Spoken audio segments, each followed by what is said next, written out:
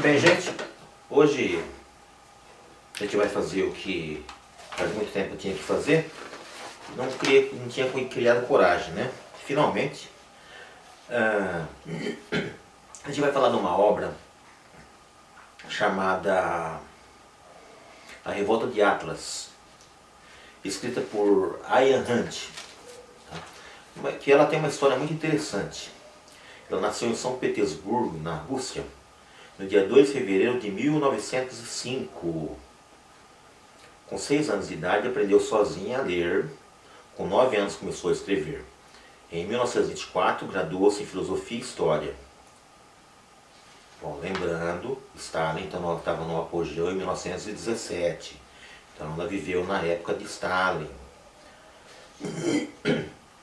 Nesse mesmo ano, ingressou no Instituto Estadual de Cinema para estudar roteiro.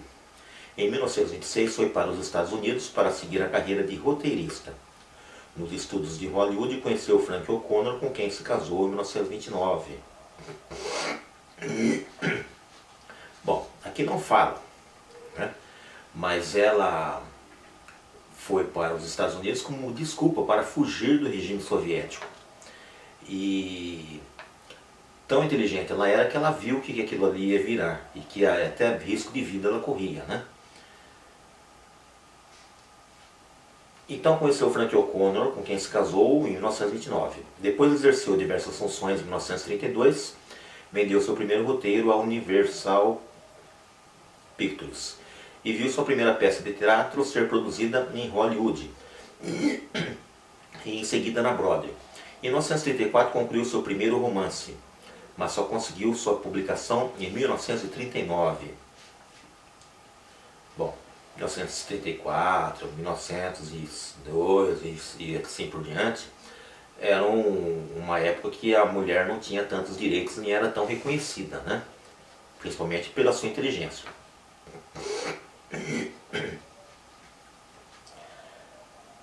Em 1943, publicou Che Fontaine, que se tornou um best-seller, lançado no Brasil com o título de A Nascente. E em 1949, adaptado para o cinema e lançado com o nome de Vontade Indômita. Em 1957, Ayn Rand publicou a novela Atlas Shrugged, lançado no Brasil em 1987 com o nome de Quem é John Galt, e relançado em 2010 com o título de A Revolta de Atlas, onde a autora dramatiza sua filosofia em uma história de mistério intelectual que enfatiza a ética, metafísica, epistemológica, política e econômica. Ayn Rand passou a escrever e fazer palestras sobre sua filosofia chamada de objetivismo, que ela explica como uma filosofia para a vida na Terra. Ela editou diversos ensaios que forneceram grande parte do material para seus livros sobre objetividade e sua aplicação para a cultura. Ayn Rand faleceu em Nova York no dia 6 de março de 1982. Algumas frases dela. Quando você perceber que para produzir é preciso obter a autorização de quem não produz nada, quando comprovar que o dinheiro flui para quem não negocia, não com bens, mas com favores, quando perceber que muitos ficam ricos pelo suborno e por influência, mais que pelo trabalho, e que às vezes não nos protegem deles, mas pelo contrário, são eles que estão protegidos de você. Quando perceber que a corrupção é recompensada e a honestidade se converte em auto-sacrifício, então poderá afirmar sem temor de errar que sua sociedade está condenada. Outra. Sentir pena dos culpados é trair os inocentes. O argumento pela intimidação é uma confissão de impotência intelectual. O homem que não valoriza a si mesmo não pode valorizar nada nem ninguém. Muito bom. A Ayn Rand, ela veio para os Estados Unidos fugindo do regime do Stalin, certo? E ela, vivendo na União Soviética, ela viu como é que funcionava o comunismo, como é que o comunismo ia se infiltrando, ia se tornando a voz de todo mundo, como ele enganava a todos. E aí no livro A Revolta de Atlas, ela começa a contar uma história onde essas pessoas iam galgando os meios políticos e começavam a fazer leis para acabar com o empresário, e sempre sobre aquele discurso de que é o melhor para a população, é o melhor para o bem comum, você não pode ser egoísta. E a Ayn Rand, ela achava que o homem tem que ser egoísta sim, tem que procurar o seu bem-estar, é isso que move o ser humano. E porque ela compreendeu a essência do comunismo e toda a conversa fiada que ele fazia.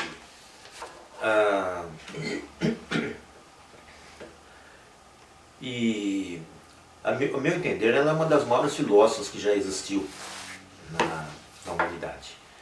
E, por exemplo, o livro dela, A Revolta de Atlas, chegou a ser mais vendido que a Bíblia nos Estados Unidos. E continua sendo vendido no mundo inteiro e continua sendo divulgado, porque realmente é impressionante. Eu li A Revolta de Atlas em torno de 2 anos, demorei para ler ele. Li através do Kindle, né? E nesse decorrer, era tipo 1914, com a Dilma no poder. Nesse decorrer eu não sabia se eu estava no livro ou se eu estava no Brasil. Tal a semelhança que acontecia na realidade com o que acontecia no livro, em relação à dominação do comunismo, a dominação insidiosa e maléfica e inexorável. Muito bom. Então vamos lá, agora a gente vai ler algumas frases que eu fui tirando do livro, tá? Nada pode dar a eles o direito de transformar os homens em bodes expiatórios. Nada pode tornar moral a destruição dos melhores. Não se pode ser punido por ser bom, ou pagar por ter sido hábil. Essas frases que eu vou falar, elas são profundas, então, se possível, procure ou anotá-las, começar a meditar a respeito delas. Muito bom. Essa loucura é coisa temporária, não pode durar. Como toda loucura, tende a se autodestruir. Lembrando que eu estava em 2014, com a Dilma no poder, pensando se isso aqui ia se tornar uma Venezuela ou não.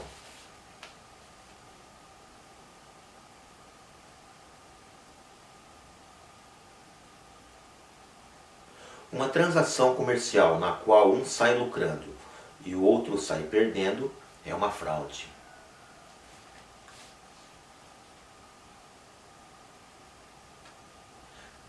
Queremos o poder e estamos jogando para valer. Vocês estão jogando de brincadeira, mas nós sabemos como é que se joga o jogo. E é melhor o senhor aprender. É impossível governar homens honestos. O único poder que qualquer governo tem é o de reprimir os criminosos. Bem, então, se não temos criminosos bastante, o jeito é criá-los. E fazer leis que proíbem tanta coisa que se torna impossível viver sem violar alguma.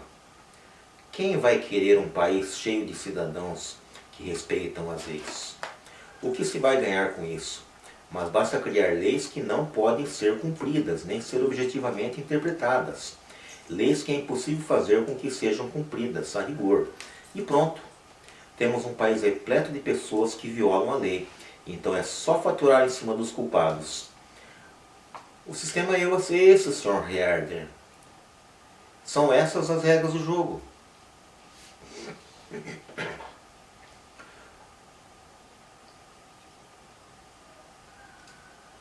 O senhor deveria vê-la usada por uns porcarias incapazes de fazer qualquer esforço, que não possuem a capacidade de um arquivista, mas que exigem uma renda de um presidente de empresa, que acumulam fracassos e exigem que o senhor custeie suas despesas, que acham que seus desejos equivalem ao trabalho do senhor, que suas necessidades merecem mais recompensas que o esforço do senhor, que exigem que o senhor os sirva,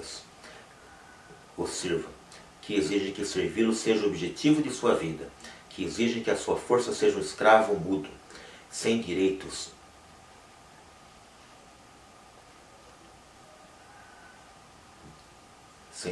propriamente, nem qualquer recompensa, a serviço da impotência deles, que afirmam que o senhor nasceu para ser escravo por causa da sua genialidade, ao passo que eles nasceram para mandar em virtude da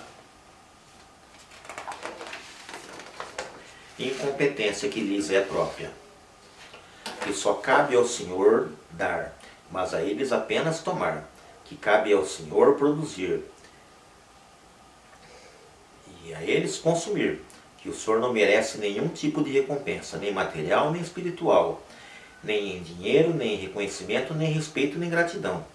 Homens que usariam a sua ferrovia, escarnecendo do senhor.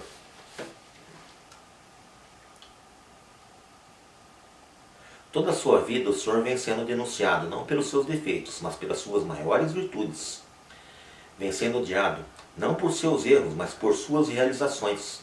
Escarnecido por todas aquelas qualidades de caráter das quais mais se orgulha. Chamado de egoísta por ter coragem de agir com base no seu próprio julgamento e assumir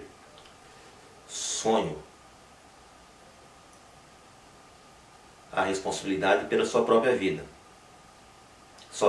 Assumir sozinho a responsabilidade pela sua própria vida. Chamado de arrogante por ter uma mente independente. Chamado de cruel por possuir uma integridade inflexível. Chamado de antissocial por ter uma visão que o levou a descortinar novos caminhos. Chamado de implacável por ter força e autodisciplina para atingir seus objetivos. Chamado de ganancioso por ter o poder magnífico de criar riquezas.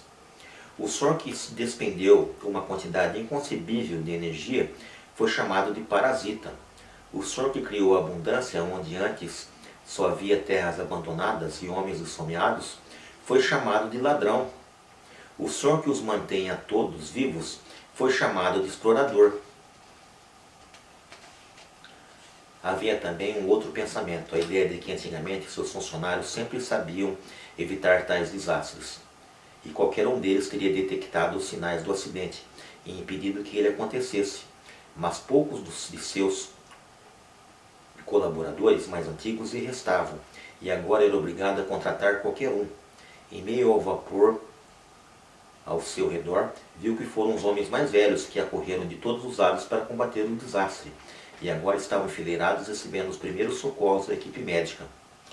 Ele se perguntou o que estaria acontecendo com os jovens do país.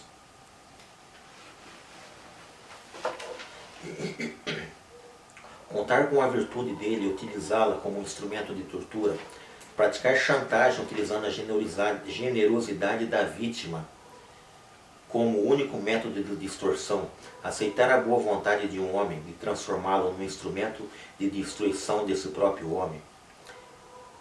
Reardon permanecia imóvel, pensando na fórmula de uma maldade tão monstruosa que ele só conseguia identificar sem poder acreditar que fosse possível. Havia um mês, as pessoas que entravam agora no tribunal vinham sendo informadas pela imprensa de que o homem a ser julgado era um ganancioso inimigo da sociedade, mas elas vieram mesmo era para ver o homem que inventou o metal Reardon. Quando os juízes o mandavam se levantar, ele obedeceu. Não eram as cores, olhos azuis, claros, cabelos ouros, terno cinzento, que lhe emprestavam um ar frio e implacável, mas o fato de que o traje tinha uma simplicidade cara, difícil de se encontrar naquela época. O fato de que aquele terno era adequado a um escritório sobriamente luxuoso de uma grande companhia. o fato de que toda a sua postura provinha de uma civilizada e não combinava, uma era civilizada e não combinava com o lugar em que ele se encontrava agora. Os jornais haviam dito à multidão que Riarden representava a perversidade da riqueza impiedosa.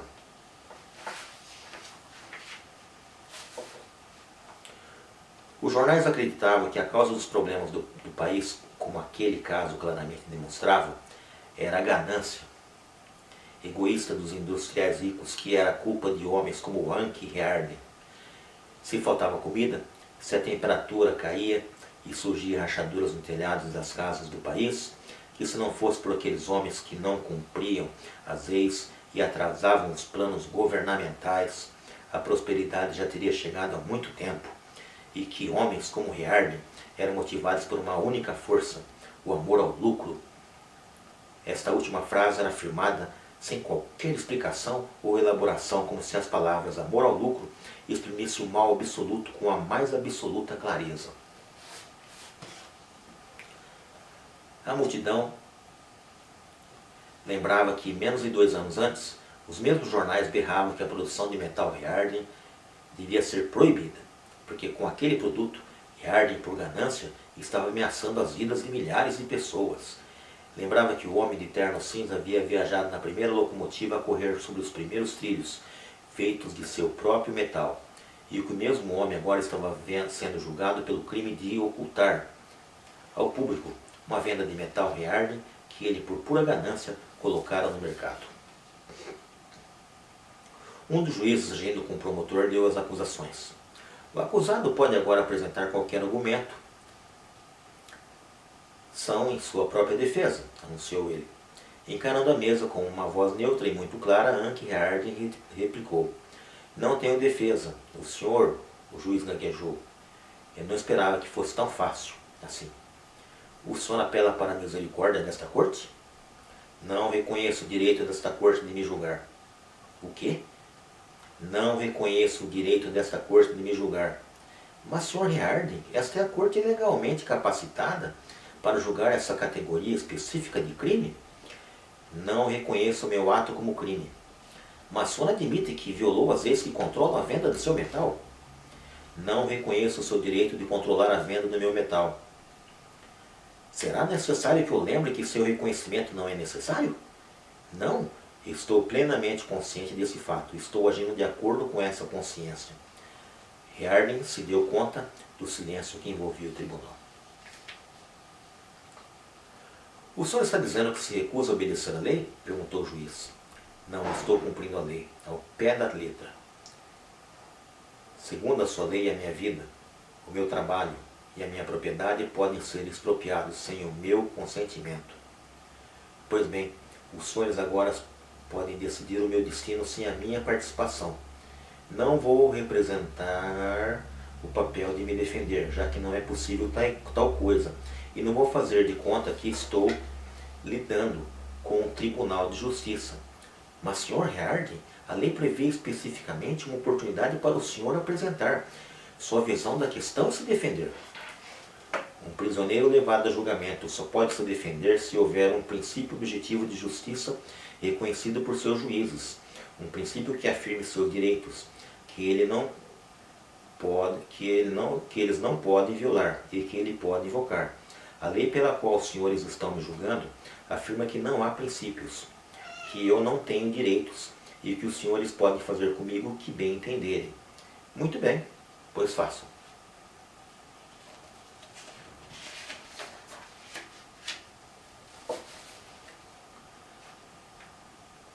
Mais elevados princípios do bem público. Quem é o público? O que ele considera bem? Houve épocas em que os homens acreditavam que o bem era um conceito a ser definido em termos de um código, de valores morais, e que nenhum homem tinha o direito de obter seu próprio bem por meio da violação dos direitos dos outros. Atualmente acredita-se que meu próximo pode me sacrificar de qualquer modo que ele bem entender para atingir qualquer objetivo que considere bom para si, desde que ache que pode se apossar da minha propriedade, simplesmente porque precisa dela. Bem, esse é o princípio que qualquer ladrão acredita. Só uma diferença: o ladrão não me pede que sancione seu ato. Devemos concluir que seu público julga necessário reduzir os seus lucros. O senhor não me reconhece o direito de fazê-lo? Mas claro que reconheço, o público pode reduzir meus lucros sempre que quiser. É só se recusar a adquirir meus produtos. Estamos falando de outros métodos. Qualquer outro método de reduzir lucros é uma forma de saque, e como tal o encaro. Muito bem, gente. Eu vou parando por aqui, mas continuarei em outra oportunidade, porque senão o vídeo fica muito longo. Por favor, divulgue o vídeo, dê joinha e se inscreva no canal. Obrigado.